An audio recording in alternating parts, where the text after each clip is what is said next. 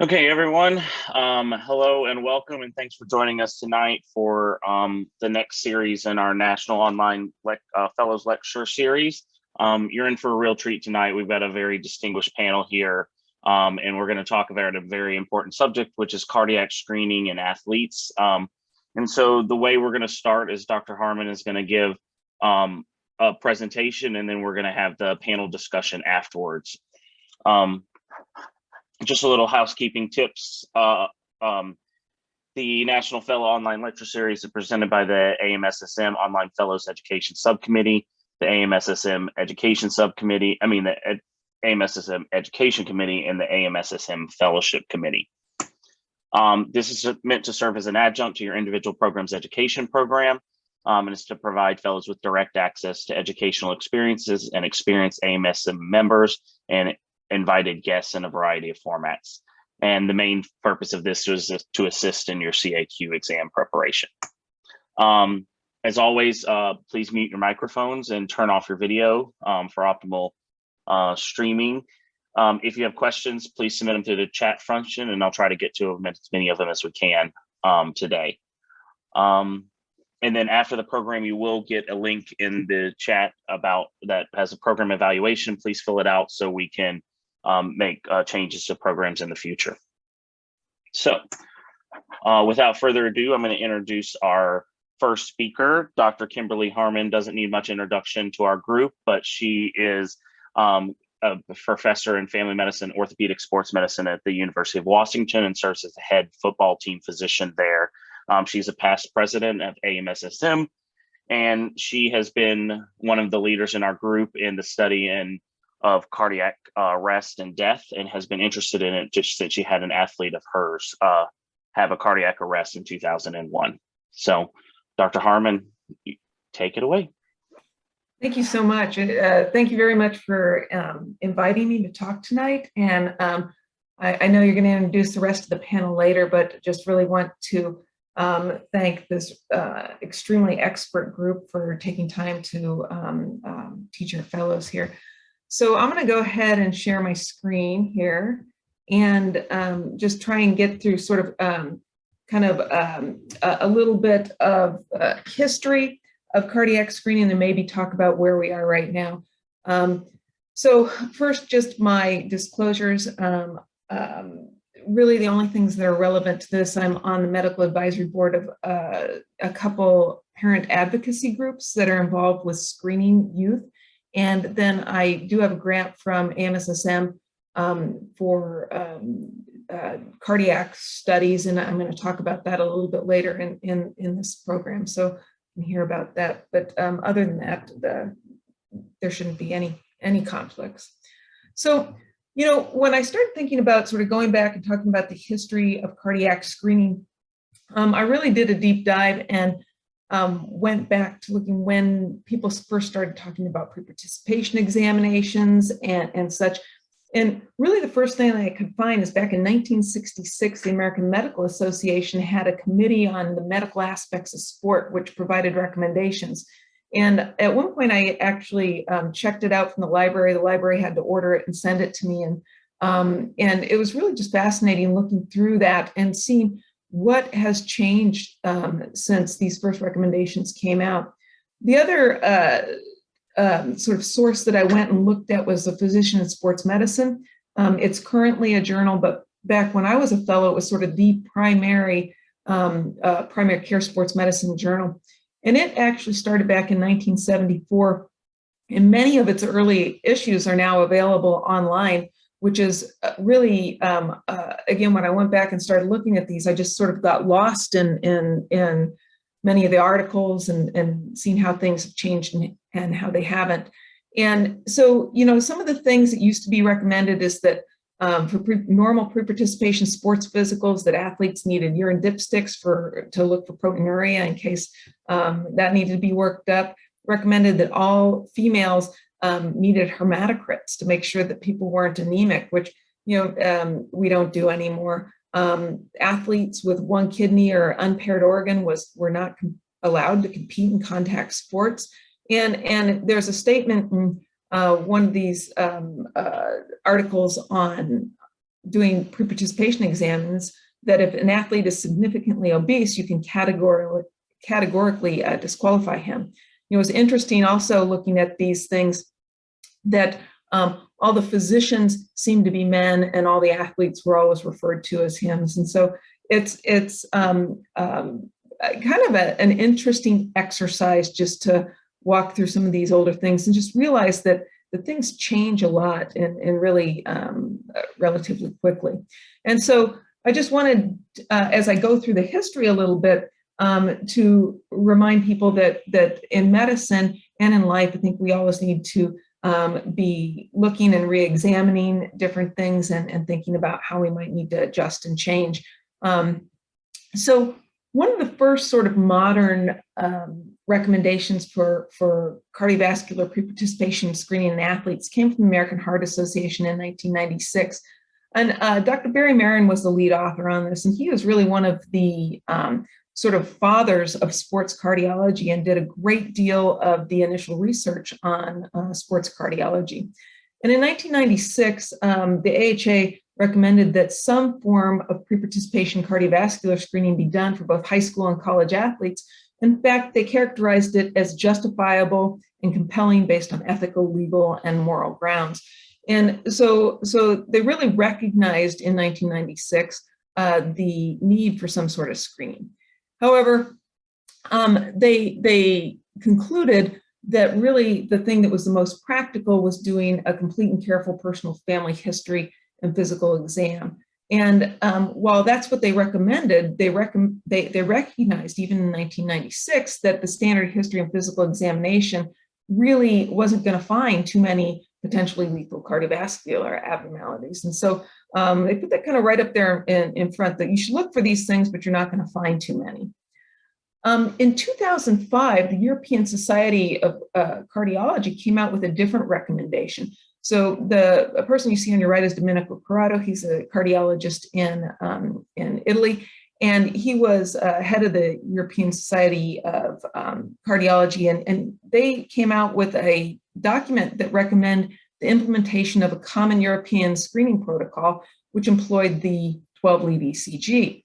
And this was based primarily on research that he had done and was published in JAMA in 2006 that showed that there was an almost 90% reduction in sudden cardiac death with screening that included ECG. And so you can see the solid line declining over time while unscreened athletes remained the same.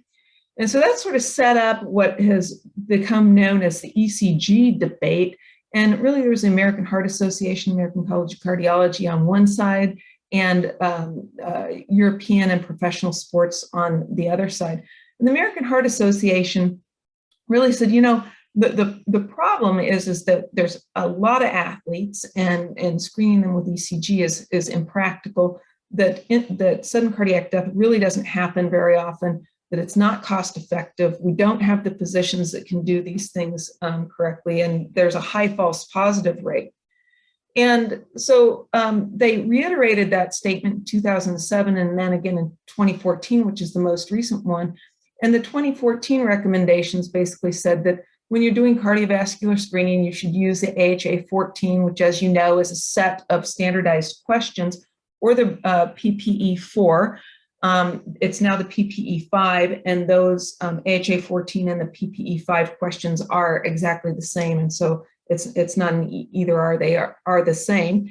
And they recommend that you use those screening. And while they kind of do say, you know, if you want to use 12-lead ECGs, you can consider it in relatively small cohorts of young, healthy people, 12 to 25 years old, not necessarily athletes, provided that you've got sufficient resources.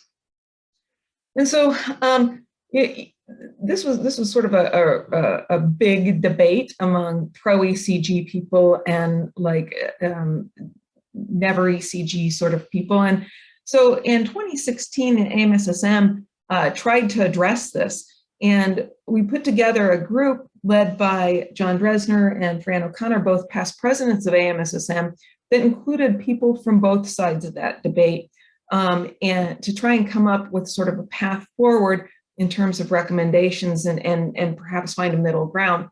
And what the AMSSM position statement recommended in 2016 when this came out was that you really need to be cognizant of individual risk of an athlete, of the resources that you have around you, both in terms of sports medicine and cardiology backup, and that really whether you think sort of identifying and finding these things makes a difference in the long run.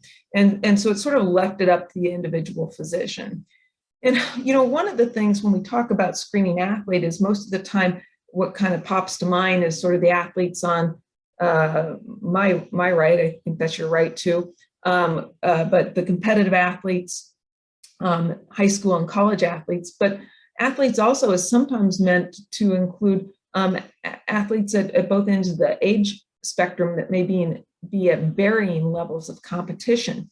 And so one of the things when we're thinking about how often does sudden cardiac death happen is we need to think about what specific population we're talking about, because when you include people from a lot of different groups and then group them all together, you can get inaccurate or even misleading assessments. And so this was recently a systematic review that was done in BMJ Open. It was done in actually just young people, not necessarily young athletes, but it had a subgroup of athletes. It looked at 38 studies in 5 continents, and it came up with a risk of sudden cardiac death of 1.7 per 100,000, or which is about 1 in 58,000 athletes. And that sort of 1 in 58,000 makes more sense to kind of my brain. And so I always convert sort of statistics to that. But one of the things that was apparent in this is that when they stratified it for sex, that males had a much higher rate, almost 4 times as high as females. And in fact, we see that over and over again. If you look at all the studies, and these are all the studies in athletes that actually differentiate a rate between males and females, the rate in males is much, much higher than in females. In fact, in this sort of group of 5 studies, males had about 4 times the rate of sudden cardiac death than females.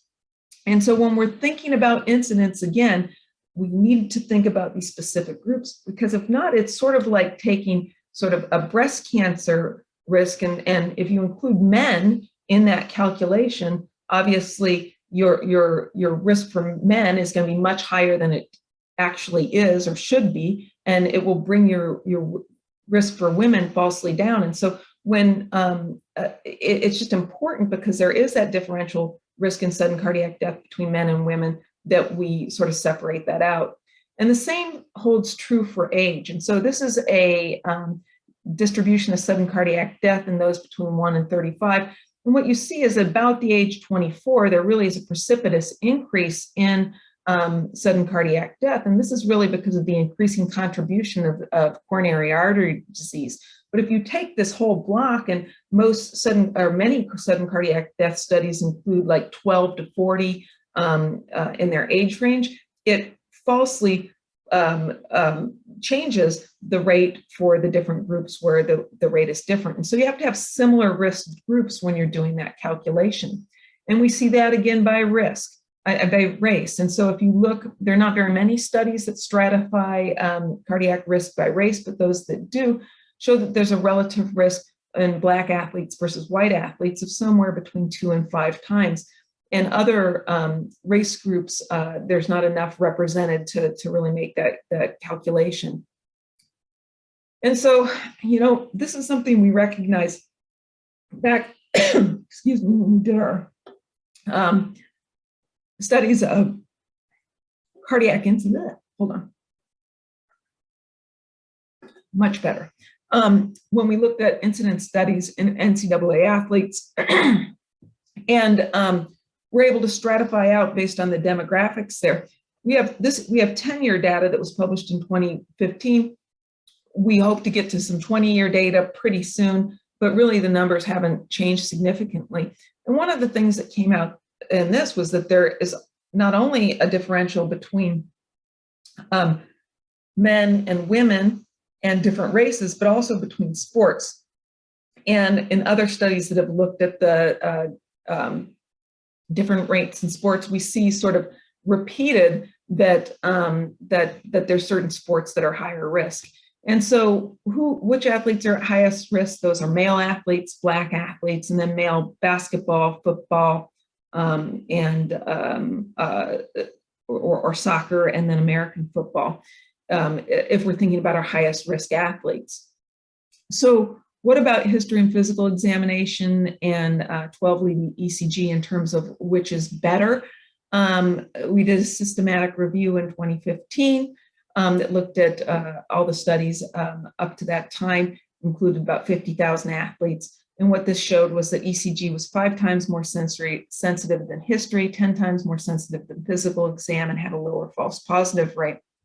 And so this has been sort of echoed in various consensus statements. This was a consensus statement from the NCAA that Mike Emery was a big part of, who's on the panel tonight, that basically said, there's limited evidence to support ECG screening, but there's also limited evidence to support just, cardiovascular screening in general.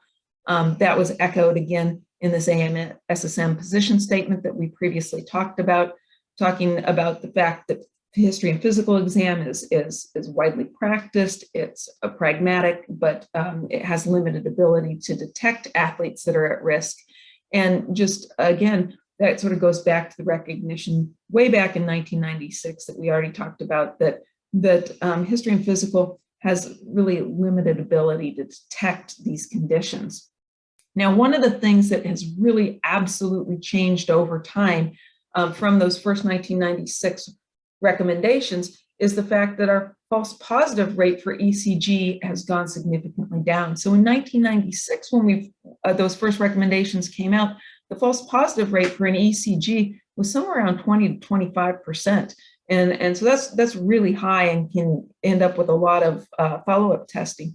But through the work of people on this panel and throughout the community, the sports medicine and sports cardiology community, over the years, we've been able to get the false positive rate by using a standardized set of criteria down to 1 or 2% with the latest iteration. And so that's really a very reasonable and acceptable false positive rate. And, perhaps it changes the equation a bit. So statistically, I think everybody agrees at this point that ECG is far superior to detecting these conditions. But the question really becomes is it's great that that test is better, but we don't want ECG to become a barrier to participation. And there's some other issues with it as well. And this is also true for standard history and physical exam. We don't want these things that are looking for something that is relatively low incidence, even though it's catastrophic when it occurs, to really bar people from the benefits of sport and exercise. And so I just am going to I'm getting close to the end here. And I just, when I wrote this talk, or a lot of this talk, or looked at it on March 4th, which was the 32nd anniversary of Hank Gather's death. And many of you weren't born at that point, but Hank Gathers was a leading NCAA men's basketball scorer, and he had known hypertrophic cardiomyopathy and died on national television during a game when he collapsed, and really became the face of sudden cardiac death at that time. And it also struck me how about the same time, Keontae Johnson, who was a University of Florida player who collapsed and was resuscitated in 2020, got a ceremonial start. He's chosen not to play at this point.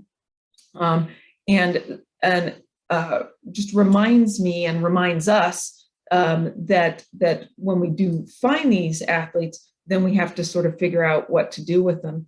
And that really is the point of the grant that was funded by the AMSSM, the Outcomes Registry for Cardiac Conditions and Athletes. And so I'm just taking this chance to do a little plug for that.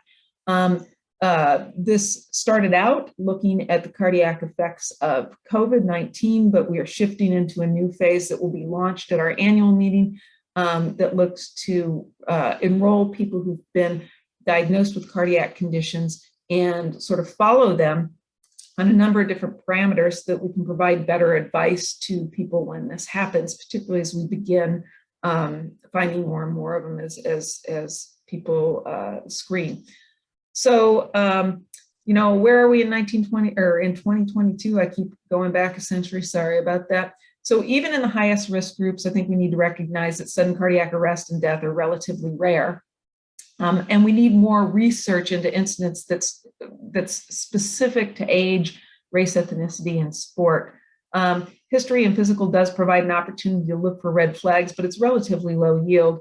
And ECG improves that detection, but when we do detect these conditions, it presents a whole another set of challenges. And so with that, I am going to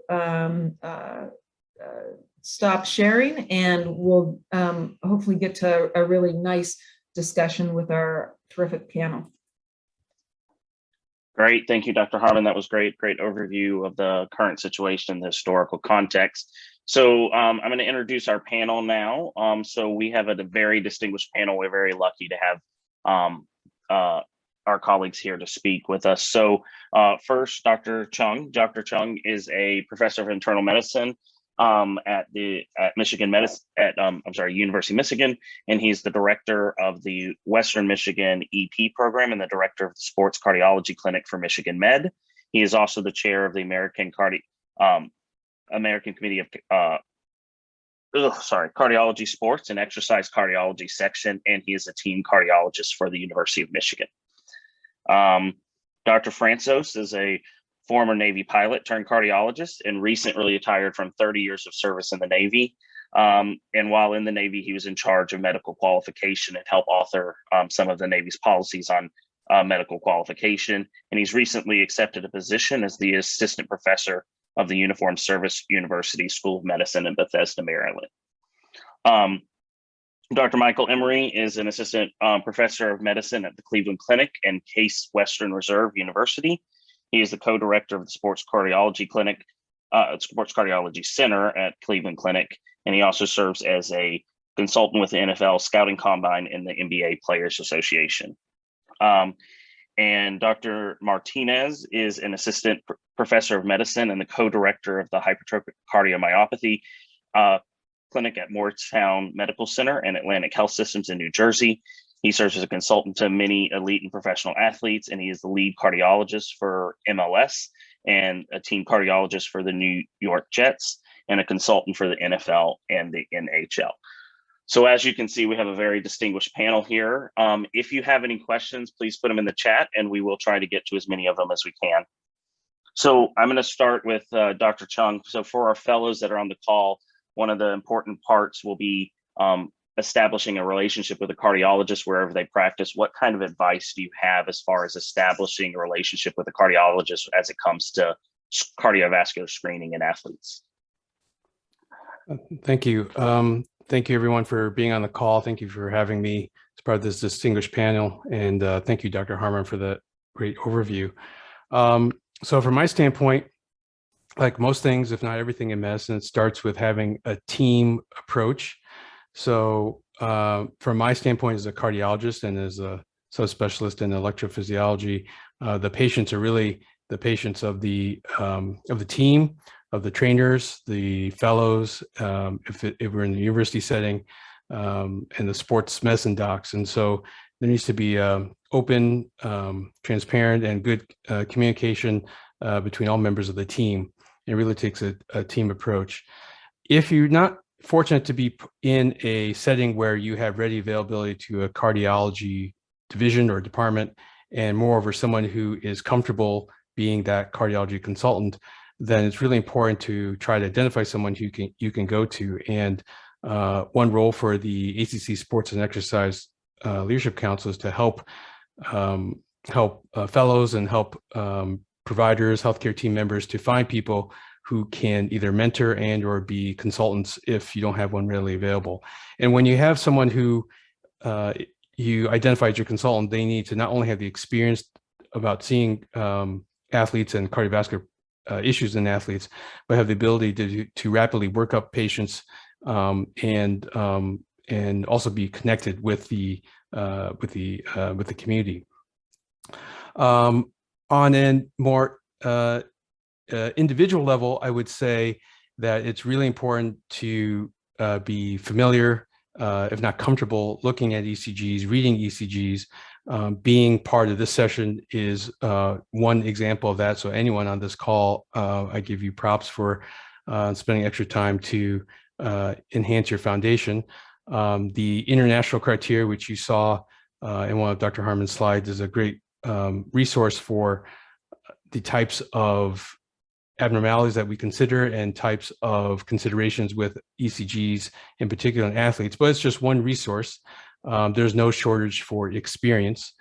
The BMJ has a online educational platform, which I believe is still live, which Dr. Harmon was a big part of designing, which is a great educational tool for athletes. And I don't know if Dr. Lauren Parse is on the call, but as a sports medicine fellow at UNC, she reached out to me in 2015 about using that tool to expose new sports medicine fellows to that module and assessing performance of the sports medicine fellows, as well as retention, looking at common abnormalities such as WPW, HCM, T-wave inversions, using that module. And we published our results in the Journal of Electrocardiology in 2016. And maybe no surprise, we found that this module was extremely helpful in increasing recognition of some of those basic conditions. And what we also found is that WPW was the one that had the greatest improvement from pre to post. Dr. Harmon has shown in some of her seminal work that that is one of the most, maybe the most important ECG finding in screening that you're going to pick up. So if in the screening program, so that tool is extremely useful. And then again, if you have the benefit of having a cardiology consultant available to you, hopefully that person will help with ECG in-servicing. I tried to do that when I was at UNC, when I was more readily closer to the fellows on a month-to-month basis, would do some ECG in-servicing. And then also, hopefully that consultant would allow the sports medicine fellow and anyone interested to round in clinic with them and see some of the patients we see in sports cardiology clinic. I'm just going to throw in a little extra stuff there, Eugene. Thank you so much. Having a close working relationship with a cardiologist is just absolutely essential if you're going to do screening, and that's great to find a local person that you can work with. When you actually find something, you want to make sure that you're giving your athlete sort of the benefit of the best expertise that they can get when they're talking about potentially a really life-changing or altering decision, either not to play or to play with something that's potentially lethal. And so if you do find somebody, I would recommend that you reach out to anybody that's on the sort of ACC leadership, sports cardiology leadership team, people on this panel, and everybody's pretty used to doing sort of second, third, fourth opinions on these sort of things. And when you do find somebody, that's, I think, something that you should help connect people with. I'll chime in just briefly on that. And the one thing that the pandemic showed us is that virtual medicine is very viable and here to stay. And this sports cardiology consultation actually works very well via a virtual platform, as long as you can find some form of local resource. So case in point, I've been providing cardiology consultation to a university, a state away from where I currently reside, and we've done it 100% virtually for the past 2 years, reading all the screening ECGs, getting echoes, over-reading echoes, and it's worked quite well. So that opens up your avenues for finding expertise that don't have to necessarily be right next door. And I'll just layer on that amongst the cardiologists, we often ask each other for help. So it's appropriate to have this be a team sport. We're trying to serve the athlete, and the more we can be collaborative, I think the better. Great, thank you all. So Dr. Emery, I'm going to ask you the next question.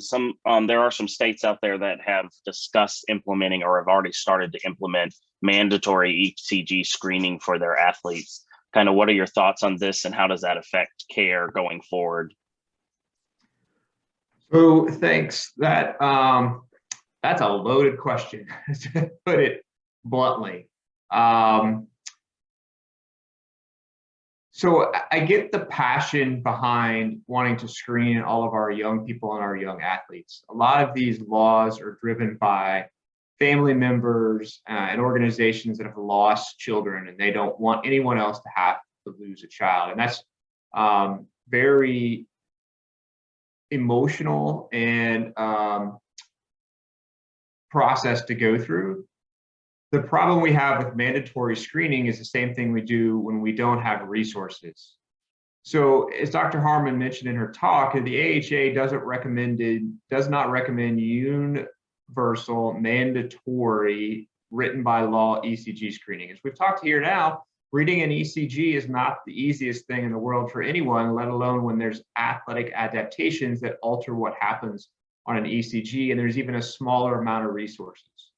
So I'm not in favor of mandatory screening because I think it would go down a can of worms where we're going to overrun the system with abnormal ECGs because most people aren't reading the actual tracing, they're reading the computer interpretation, and the most common computer interpretations are going to call 25 to 30% of an athlete ECG abnormal, potentially flooding the system. And then we get into this proverbial diagnostic creep where we don't quite know what we're looking at in terms of athletic remodeling.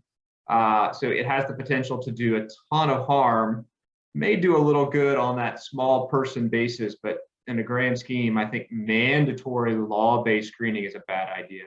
And I would leave it to the experts that can handle the smaller screening events. I find it hard to shut up, and so I'm gonna hop in again. As somebody who participates in community screens and is on these medical advisory boards that I mentioned, really, absolutely, these things are driven by a true and intense passion for to prevent sudden cardiac death in people. And I wholly think that if we want to find these things, that it makes sense to use the best tool we have, which is the ECG. It's sort of like if you're going to listen to a heart, you should use a stethoscope instead of putting your ear on someone's chest. But having said that, I also don't favor mandatory legislation in medical care in general. I think is just a bad idea. I'm not in favor of it with concussion or with things change often enough. Legislators don't understand the subtleties. And then, there are some places that just don't really have the resources, and screening done poorly is probably worse than screening done not at all. And so, usually of us will be moved to do the best that we can for our resources. I think that the pandemic demonstrated to many people, as we did massive amount of cardiac screening, that it actually could be done. But I agree with Dr. Emery that I don't like the legislation in medical care, period. We'd be better to put legislative power behind CPR training for coaches, for kids, for high school graduates, and AED distribution, because that has clinical proof of great outcomes, and will likely be more valuable and more useful to populations even beyond just the young athletes we're looking to screen. I couldn't agree more with the last statement. And then I'll add on that, there is a potential for harm, as everyone's mentioned. You can overdiagnose and you can disqualify for normal findings, right? If you are not an expert and don't have the expertise, it can potentially be dangerous. So I think we're all on the same page that it has to be done well, and that we want to make sure that it's not a barrier. I don't want to see that we're making this a mechanism for disqualification, especially given there are more abnormalities found in particular groups of individuals compared to others. So I don't want this to be a dangerous slippery slope for sure. And I love the AED, the CPR discussion, such an important thing for everyone to be able to do I would argue, everyone to do, not just athletes. I could add, Dr. Martinez, another important element of all of that, and this is something that you as sports medicine fellows can help control, is ensuring that your team or your school has an appropriate emergency action plan. So that does incorporate the whole idea of CPR, but it's also other things like, how are you going to get the ambulance in? Do you have not just an AED, but are there other elements for first aid that you may have, like oxygen or other elements like that?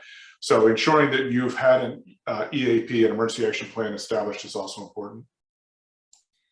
But I do want to make sure also that you're not left with the impression that you shouldn't screen or you can't screen, because everybody here can go and do those ECG modules and learn how to read an ECG well enough to screen. I mean, we teach residents how to do it at a community screen in like no time, and I don't want people to think they shouldn't screen, but it is a double-edged sword. And I fully advocate that if we think cardiovascular screening is important, that we should do it as well as we can. Great, absolutely. So Dr. Franzos, I have a question for you about, can you kind of just touch on what the military currently does in their screening programs, as probably our largest team in the nation of athletes, so how they screen their athletes? Sure, thank you very much, Dr. Robertson. And first, a quick disclaimer. Although I'll talk about my military experience, I want to make it clear that these are my opinions, not that of the US government or the Department of Defense. Second of all, I'm really grateful to have the opportunity to be invited to this August panel. The other members on this panel are really giants in sports medicine and sports cardiology, and they really helped write the guidelines. Basically, I got to apply the guidelines. I kind of wrote some internal guidelines within the Department of Defense for the medical screening of military recruits. And our military medical screening is not just for athletic performance, but there's another consideration, and that is combat performance in a remote or austere setting. We don't really have the luxury of having sideline AEDs and a robust EMS network and a network of hospitals. So if somebody does have an arrhythmogenic event in a combat zone, it's a risk not only for the affected individual, but also for members of that individual's unit, the medevac team that's going to get them out of the theater, and also a risk to the mission itself.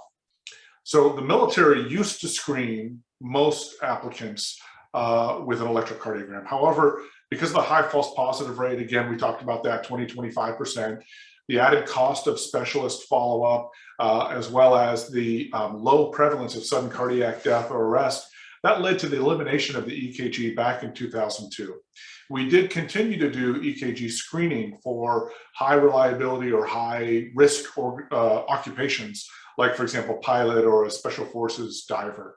However, most of our applicants are now not being screened with an EKG. They are getting some questions, some history questions. They're definitely getting an exam, and we definitely pick up a lot of murmurs, but we're not getting EKG screening. So in the 2 decades since that decision, as was really well illustrated by Dr. Harmon's excellent presentation, and also Dr. Chung highlighted this, there's been a lot of refinement in EKG screening through the ESC publications from Corrado to the Seattle criteria, and then to the international criteria for EKG screening in athletes. That's solid. That puts out a really solid algorithm that sports med docs and primary care docs can use readily today. You can just pull out figure 2 from that article and just put that by your desk, and that's almost all you really need. In addition, those algorithms have been built into some EKG devices, and those devices provide high fidelity output that basically boils it down to a play or no play, or if you will, a normal or needs further workup from the EKG. And that's also very powerful and showing a really low false positive rate. In 2019, my team and I just started to collect data on exertional deaths. And at that time, we tried to promote EKG screening, but we didn't really have a lot of data to back it up within the military itself. Sadly, the risk of not screening came to light in 2020 when we had 3 sudden cardiac arrests at the US Naval Academy. The midshipmen, that's what we call the students, 2 of them suffered, 2 of them died. 2 of them, although they got rapid CPR and defibrillation, they weren't able to survive. One had hypertrophic cardiomyopathy, another had dilated cardiomyopathy. Fortunately, the third midshipman survived, and he was found on EKG and follow-up workup to have a Brugada syndrome. And that led to medical disability discharge or separation for him. All three of these would likely have been identified on EKG. So the superintendent of the Naval Academy, it's like the president of the Naval Academy, he directed us to screen all the 4,100 or so midshipmen that hadn't already gotten EKG screens for their occupation like pilot. We did so using an algorithm-based EKG device that again helped drop our false positive rate from that 2025 historical down to about 2%. Ultimately, we identified 19 cardiac abnormalities, 3 of them by history and physical. The rest, 16 of them, were identified by EKG. Most of them were Wolff-Parkinson-White, all of which could be treated, and they once ablated, they're able to go into unrestricted service, including aviation. There were 3 diagnoses found by EKG that were high risk for SCD, and they're leading towards medical discharge if they're not discharged already. We're expanding this screening to the other service academies, but it is not currently mandated. That is a very hot topic in the military, and I'm happy to see the discussion that's coming out here. I tend to fall on the favor of screening in this particular population because of the fact that we're taking these kids, picking them up and dropping them into very remote areas where we don't have as easy an ability to pull them back. So I'm really happy to be part of this discussion. Thank you again for inviting me. Great, thank you very, very much. That's very unique perspective. So thank you very much for providing that. I'm sorry, so Dr. Robinson, if I can just add one other thing that's really important to consider, and we ran into this with sickle cell trait and pseudofollicularis barberi, and that is that the population that is at high risk is also a vulnerable minority population. So that's our African-American males that are playing highly competitive sports like basketball and football. And so one of the big questions that comes up frequently when we look at this is, well, we should screen that group that is at highest risk, because that's where, you know, Willie Sutton, that's where the money is. But that's also a problem in the way that we want to apply our screening process, because we want it to be fair, that we're going to potentially disproportionately impact this vulnerable minority. So again, another important aspect to consider into this discussion. Great point there as well. I was just saying that's a really good point. I was just going to, you mentioned that that you sort of favor this being mandatory at the academies because of the dependence or the potential risk that you can put others at. You know, like it's mandatory at the University of Washington if you come in that you get an EKG, just like it is mandatory that you get a physical. And so, you know, but I don't want Washington State telling me to do that or that sort of stuff. And so we've made a decision as you know, medical staff at the University of Washington. That's how we're going to screen people. And if people don't like it, then I guess that's tough. But you know, I agree. I'm sorry, I agree. It's a very challenging policy decision to make. But right now, the pathway that we're rolling this out initially in the service academies is again something where maybe we're providing additional protection to, again, this particular group, but the vast majority of our new recruits are actually enlisted, never going to one of the service academies. And so we're now have this disproportionate screening that's going on. So we're trying to address that as well and seeing if we have opportunities to open up to other fields until we can actually show the evidence to what's called the Defense Health Board that helps make these decisions to help ensure that we can potentially add it back in to our military screening armamentarium. Great. Okay, so moving on a little bit from screening now, Dr. Martinez, I'm going to pose this question to you. So let's say that we have an athlete that screens positive and ends up going through further workup and they have a minimally modifiable condition such as hypertrophic cardiomyopathy, how do you then counsel that patient about their athletic participation, and maybe not even athletic participation, but just their life and exercise going forward? So I'll thank Dr. Harmon and Dr. Robinson for really including the cardiologist to this conversation. The continued growth towards each other, I think, is really an important next step. And you ask a familiar question, you ask an important question about how we manage when you make the diagnosis. And there really isn't an optimal prescription for exercise with regards to this, but we know that there are marked benefits for exercise and they outweigh inactivity. So for years, right, decades, we have advocated exercise in hypertrophic cardiomyopathy. Mild to moderate exercise has been always discussed and really should be discussed with an HCM patient every time you see them to see what they're doing and risk stratify them. And if you talk to HCM patients, they generally want to do something, right? But much of the discussion in the past has been about restriction and possible harms, regardless of their risk stratification and their age. And Dr. Harmon did, I thought, a phenomenal job of talking about all those pieces. And you've heard it from all these experts along the way. And I think what you have to do is realize that HCM is a heterogeneous disease. It's got variable expression, and the population that the variety of the way the population of HCM expresses itself alters that risk. So exercise recommendations for this group is not a one size fits all. It's part of the discussion and figuring out all that we talked about. What's their age? What's their sex? The severity of the disease, presence of symptoms or not, what type of sport they participate in, what's the athlete expectation. And you heard from the military side, right? Are they a tactical athlete? Are they a young recreational athlete? Are they a 50-year-old athlete who just wants to stay physically fit? Or are they a 22-year-old professional athlete?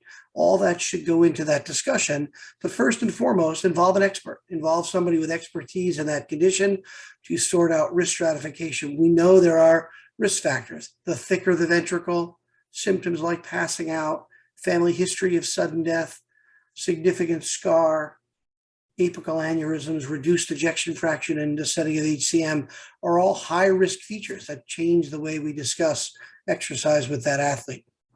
So first and foremost, you're going to figure out what their risk is, right? And that has to be done with individual expertise through risk marker stratification, all the things I just mentioned. Do they have any of those high risk factors? And then include the patient, their athlete values, include the HCM and our sports cardiology expert potentially to talk about what that risk might be for the athlete, and then the institution, the organization, and the medical team, all as part of that discussion. You have a shared decision-making discussion. It's really important. It's not unique to this part of HCM. In fact, we do this for other parts of HCM like surgery and genetic testing and other aspects of medicine as a whole. But we have to figure out what their risk is and then talk to the patient about what the expectations are and then have that shared decision-making discussion. And then it's all about risk stratification and an exercise prescription, sorting out what's safe for that individual, how much, how far, hydration, nutrition, all of that goes into that discussion with an HCM athlete, whether they're a recreational athlete, an elite athlete. All of that has to go into that discussion. And honestly, we do that every single day when we see HCM patients, or at least we should. Great. I think Dr. Franzos, you have a comment as well?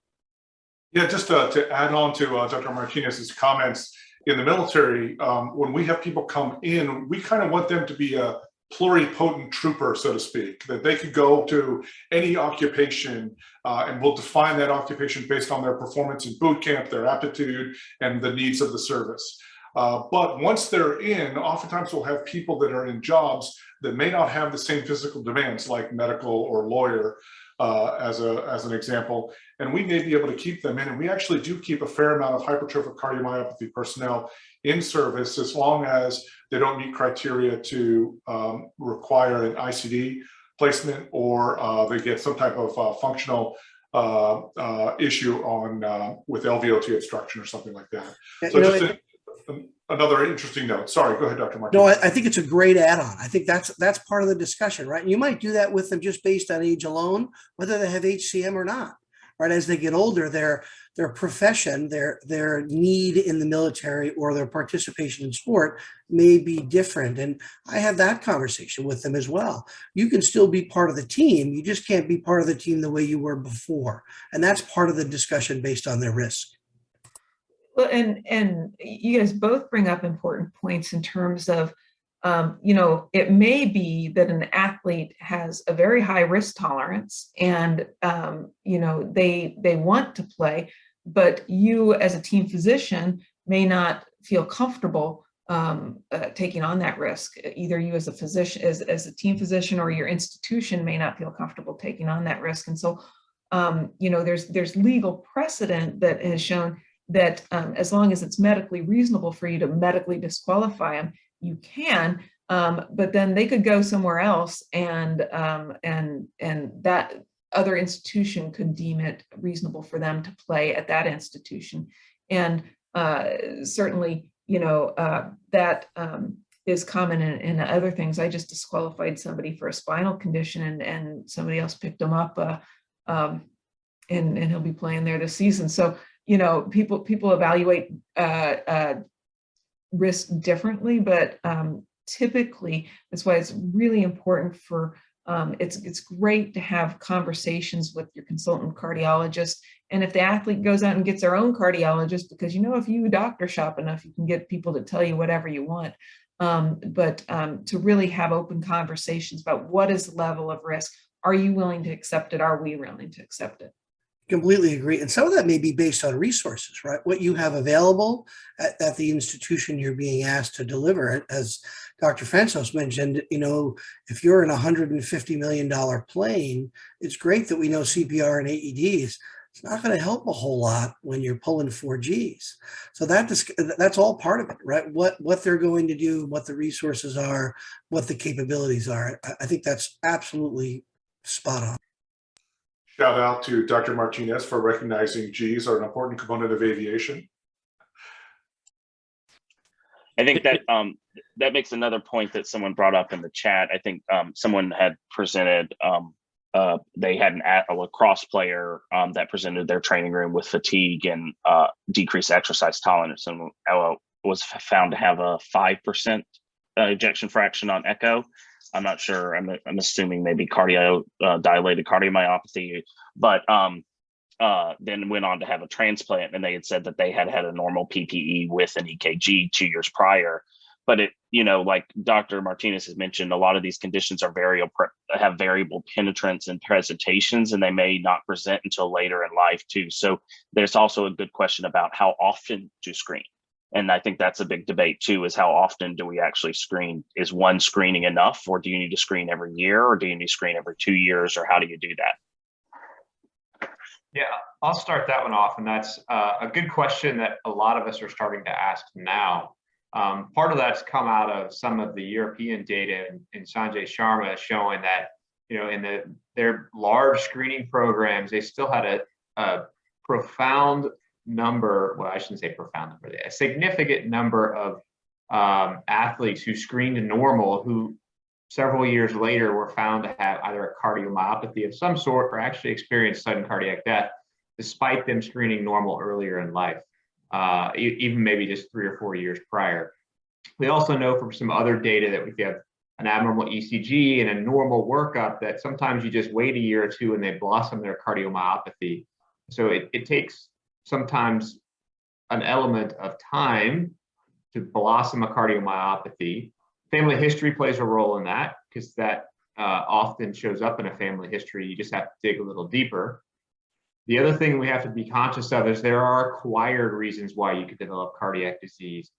Viral myocarditis, right? We've heard lots and lots about that over the past year and a half, but that's a real thing that can be acquired and never show up on a PPE, especially one that may have been a few years ago. So Mike, what's your recommendation for how often to screen? If you're setting up a program, how often do you screen people? You know, we're starting to think about doing it every other year. That's kind of empiric. There's not a lot of good data behind that.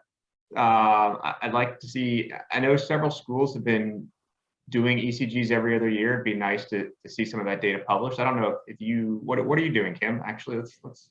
We do every other year right now. I Yeah. mean, for a long time we were doing just once a year, and then we switched to doing every other year. Yeah, what are they in professional leagues? A lot of times they're doing it every year, right? It depends on the league. The NBA is every year. MLS is every other year. If you extrapolate from the HCM guidelines, you could argue that family screening in someone with a known family history, they recommend every 1 to 2 years. And some of that, it depends on the family history, depends on the age and what the previous ECG looked like. And I'll just layer on that if you have a markedly abnormal ECG, deep T wave inversions out through V6, and you get an echo and an MRI and both don't show any expression, it's not a false positive. And that in that instance, I'm sure Kim and Mike and Eugene and all of us would agree that individual shouldn't wait 2 years to be screened. They should be screened again the following year. And that's a different piece of the puzzle. Again, I love the collaboration, right? We can all talk through that just as we did all week last week at the NFL Combine. We said, this is an abnormal ECG, got to repeat it in a year, got to do imaging in a year. We also at Michigan are now screening every other year. And just to add what has most recently been said, that we develop a watch list. So if we see an abnormal ECG, get normal testing on imaging, and then we're not going to be just done. We're going to follow them. So depending on the degree of abnormality, I may repeat imaging every year, maybe every other year. And so that's a collaborative approach with the team docs and cardiology. And I just want to put a plug in for experts like Dr. Martinez is the imaging component of the screening, which is usually the second layer of testing, is very nuanced. And while one can make mistakes getting the ECG, it's a much more standardized test and much more easily learnable and readable. With echo, CT, and MRI, you really need a panel who can help you not just look at the reports, but look at the images, the raw images. Yeah, and I'll throw a shout out to the CMO for Major League Soccer, known to this group for AMSSM. Dr. Patukian is fantastic to work with, and we collaborate on this. We have discussions. Should it be every year? Should it be every third year? And that, again, fosters that team approach. She's an expert in the field, and yet the two of us can go back and forth about what to do next and how to proceed. I can add one other thing. I think that team approach is also very powerful when you're faced with something like the Bethesda criteria for sports, which are a little outdated and very conservative. And so most of us, I think, would extend beyond what is listed in the 36 Bethesda criteria. And that team approach really helps you get some protection in that.